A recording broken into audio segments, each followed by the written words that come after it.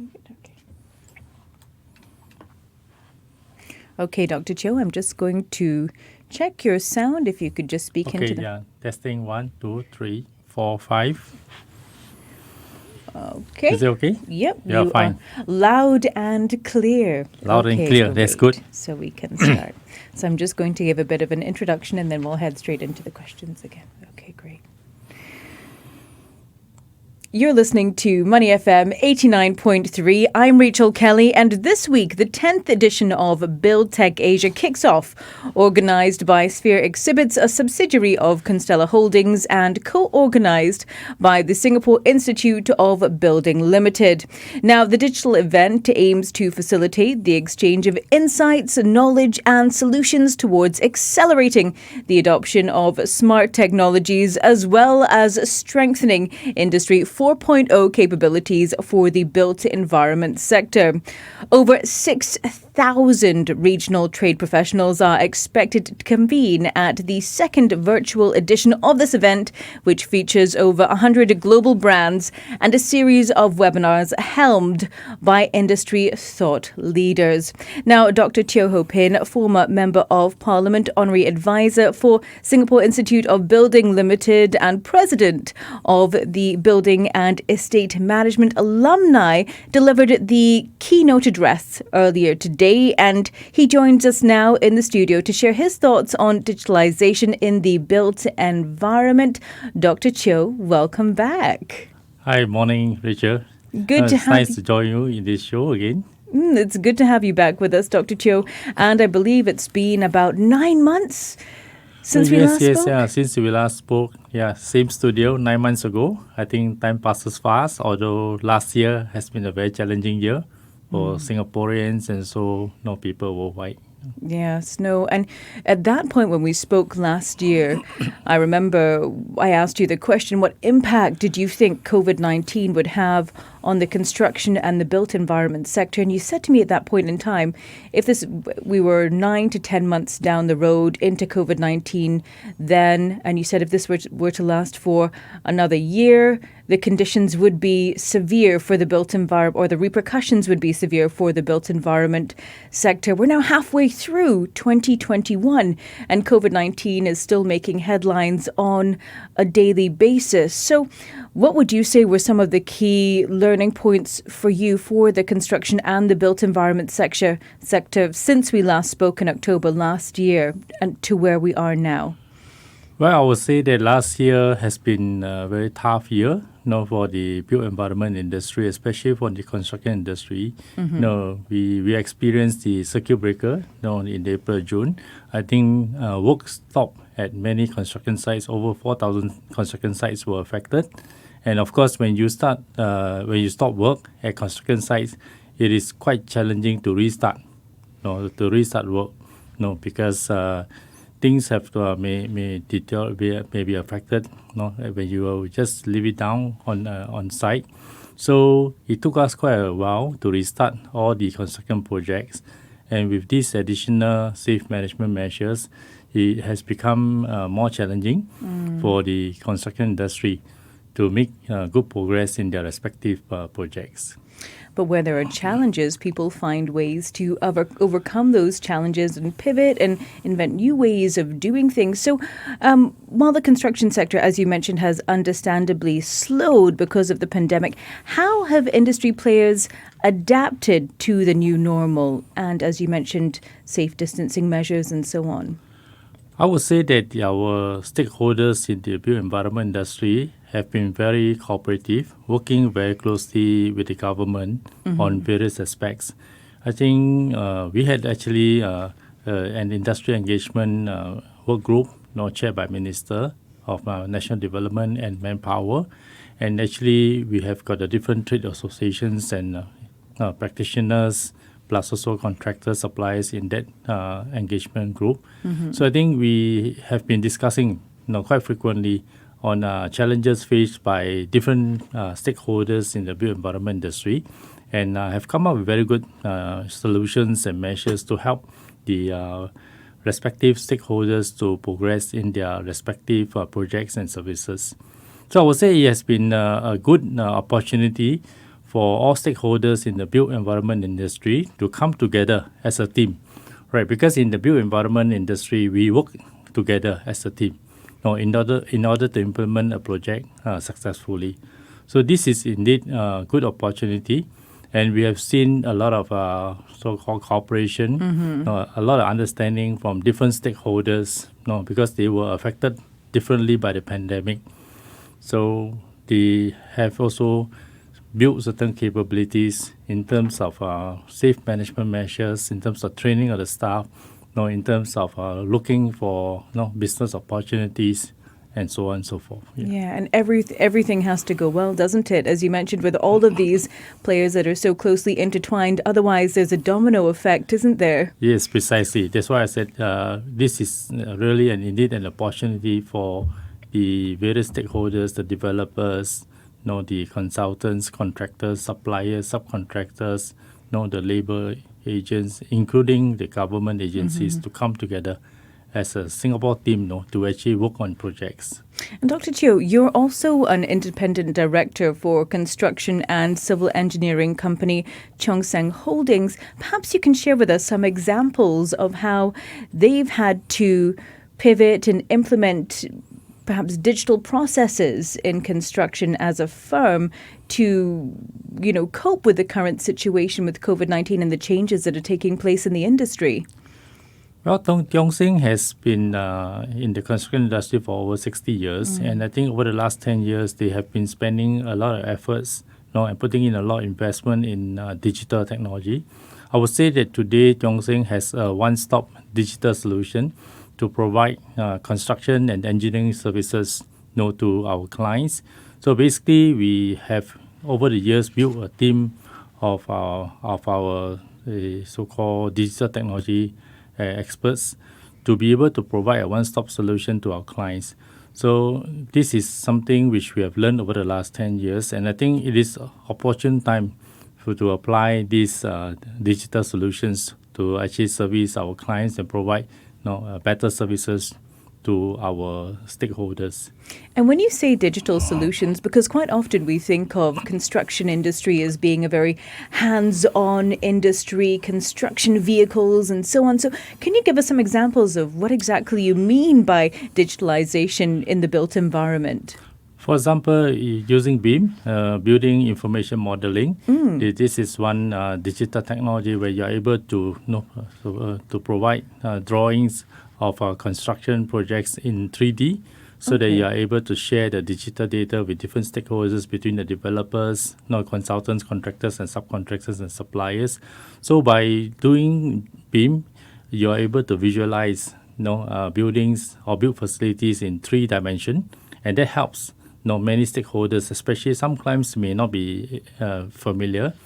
So by providing a 3D modeling and providing virtual construction immersion experience where they can actually do virtual reality to actually walk through certain proposed facilities or buildings, I think that gives them a better understanding of what they are going to build.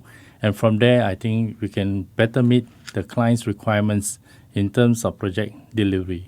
We're speaking with Dr. Teo Ho Pin, former Member of Parliament, Honorary Advisor, Singapore Institute of Building Limited, President of the Building and Estate Management Alumni.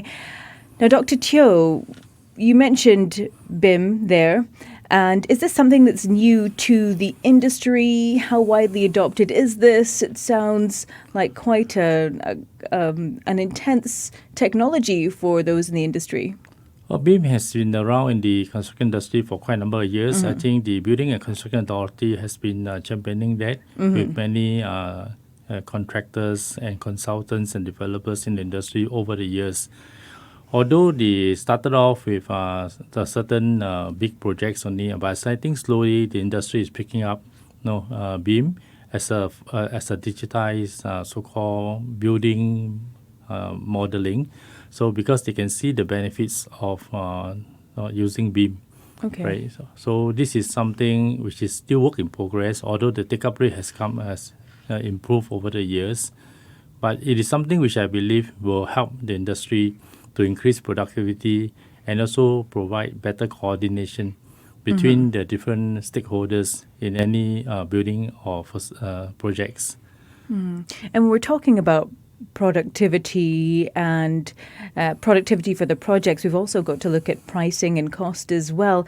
So perhaps you can share with us, because for those that may be listening in, they may think that this technology may come with a hefty price tag. So perhaps you can share with us, what are some of the examples, the statistics of cost benefit when it comes to implementing perhaps not just BEAM, but digital technologies within the built environment sector? If you look at the benefits of using BEAM, for example, or through BEAM, you find that you are able to coordinate the work of a building project much easier. And of course, if you go through virtual construction, where you get different stakeholders to be involved in decision making, which are going through the model, I think that helps a lot in terms of reducing abortive work, right? And also because of this digital technology, you're able to share data. So we have a common data environment where the data is shared by different stakeholders, and the data is the same set of updated data. So in that sense, you find that the stakeholders will be working on the most updated data, and there'll be really a big reduction in terms of abortive work. I would say that my own gut feeling, the savings with all this digital technology can bring about maybe about 30% cost saving to all stakeholders, right? In terms of the time, in terms of the resources put in, to coordinate construction projects, because construction projects are very complex. So you need a lot of coordination, and you meet with different challenges because of sometimes it can be due to variation orders, some changes in the requirements of the clients. So you need to have updated data. And the updated data must be conveyed to all stakeholders so that they know that their respective work or services will be affected.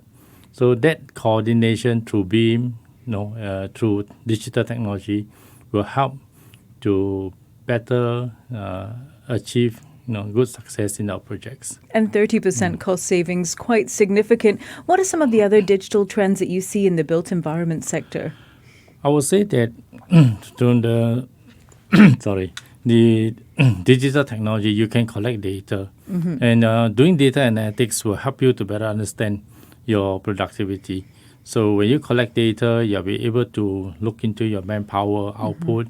You can look into the different work processes.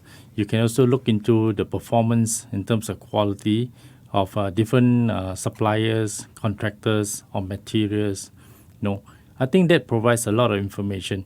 So that data, if you analyze it properly, you will find that it will help to build capabilities in the built environment industry to actually increase productivity, safety, and quality. And when you're talking about new technologies and the improvement of productivity, what does all this mean for manpower within the sector? Upskilling? Yes, there's always this need to first attract manpower in the built environment industry, right? Over the years, you find that in Singapore, we have built so many buildings. In Singapore, we need people to build buildings. We need people to maintain and operate buildings. So the built environment industry is really short of professionals, and manpower. So this is one area which the industry has over the years been trying very hard to attract Singaporeans to join the built environment industry as a career. I think we have to see how can we improve our work processes, our work environment, and also the reward system in the built environment industry so that we can attract better talent into the industry. Because it is important is today you find that the built environment industry has transformed quite drastically as compared to the years. In the olden days, we used to be very traditional, very so-called labor intensive, and they call it very demanding, very dirty industry. But today you find that with prefabrication, with digitalization, with better professionals serving the industry, the built environment industry has become a very challenging career for those who would like to be in this industry. So we are hoping that more Singaporeans can join this industry. You can be a very skilled tradesman, right? A master tradesman, like those you see in Japan. They're very skilled tradesmen. Or you can be a professional, building engineers, civil engineers or architects. or quantity surveyors. I think basically you want to attract skilled tradesmen and also professionals to improve the quality of construction in the industry. I see. So digital. There's a wide variety then of skills needed within the sector as well here in Singapore. Correct. I see. So would you say then that the construction industry is going through an almost digital revolution, or has that already happened, Dr. Teo? You've been in the industry for, I think it's close to 3 decades, if I'm not wrong. Yes. I've been involved in the industry for over 30 years. I would say that over the last 30 years, the industry has actually transformed quite a lot. In terms of adoption of technology, especially prefabrication, I would say yes, the industry has progressed quite a lot. But of course, there's always room for improvement. There are new technologies coming up, new materials and so on. So it is important to continue to innovate, to find new methods of construction, to find new materials of installation and building. And I think because as we move into the future, we are moving into a lot of smart city, sustainable cities development. So this is another area where we need to upgrade our skills, right? We need to develop new systems, new methods of construction. So in the future, there'll be many smart and sustainable cities where the aspirations and the so-called the lifestyle of people will be different. They live, work, and play in a different work environment and living environment.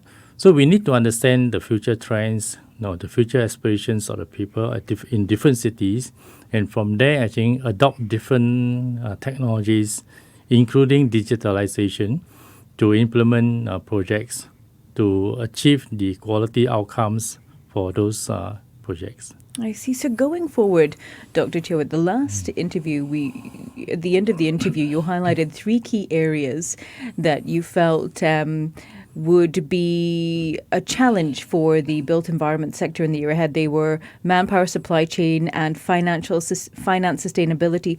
So going forward, what are you looking at for the built environment sector when it comes to the digital built environment sector? You mentioned climate there as being one of them, smart cities, but given the current COVID environment, what are you looking at in the year ahead? Well, at present, the built environment industry is facing a severe shortage in terms of manpower. I think in Singapore, we still have a certain dependency on foreign workers. I think this is something which we have to review to see how can we better, complement foreign skilled workers with local. So this is the first so-called challenge which the industry is facing. The second is, of course, the supply chain disruptions which we have experienced. So through this experience, I think companies are now looking beyond Singapore, looking at B2B arrangements, whether it's to the e-procurement or other methods. The whole idea is to widen your so-called network in terms of supply chains so that you are able to build certain resilience in the supply chain. Otherwise, you find that because in the building, you actually involve many trades, many materials and suppliers. So you find that if certain material supply is disrupted, it will affect the overall progress of the project. So you need to build some resilience, some business continuity plan for that. So this is something I hope that the built environment industry, the companies will build BCP in their respective firms so that they can be more prepared for the next crisis in the future. And talking about building the local labor force or the local manpower base for the sector here in Singapore, for those listening in that might be interested to join the sector, where would be a good place or resource for them to head to find out more?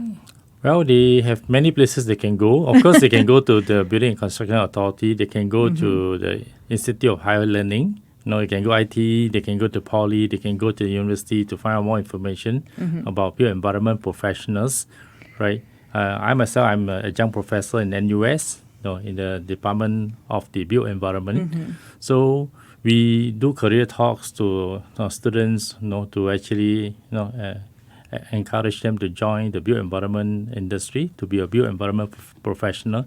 Of course, if you go to the website, there are many websites which you can find built environment professions and also career and also courses. So there are plenty of information, especially on the web, for anyone who's keen.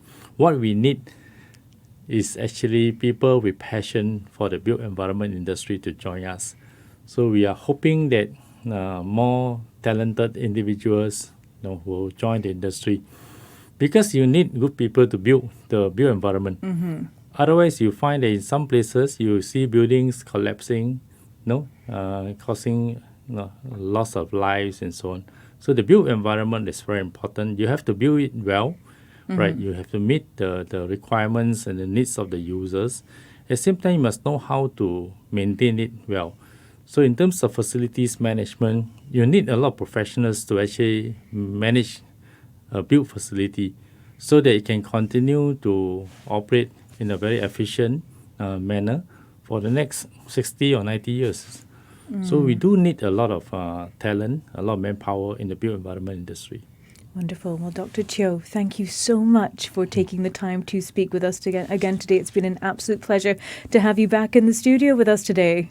Thank you, Richard. Thank you. Thank We've you. been speaking with Dr. Teo Ho Pin, former Member of Parliament, Honorary Advisor at the Singapore Institute of Building Limited and President of the Building and Estate Management Alumni. And Dr. Teo delivered the keynote address earlier today at the Build Tech Asia event that kicked off today. It's organised by Sphere Exhibits, a subsidiary of Constella Holdings, and co-organised by the Singapore Institute of Building Limited. Dr. Teo, thank you again. Thank you, Richard. Thank you.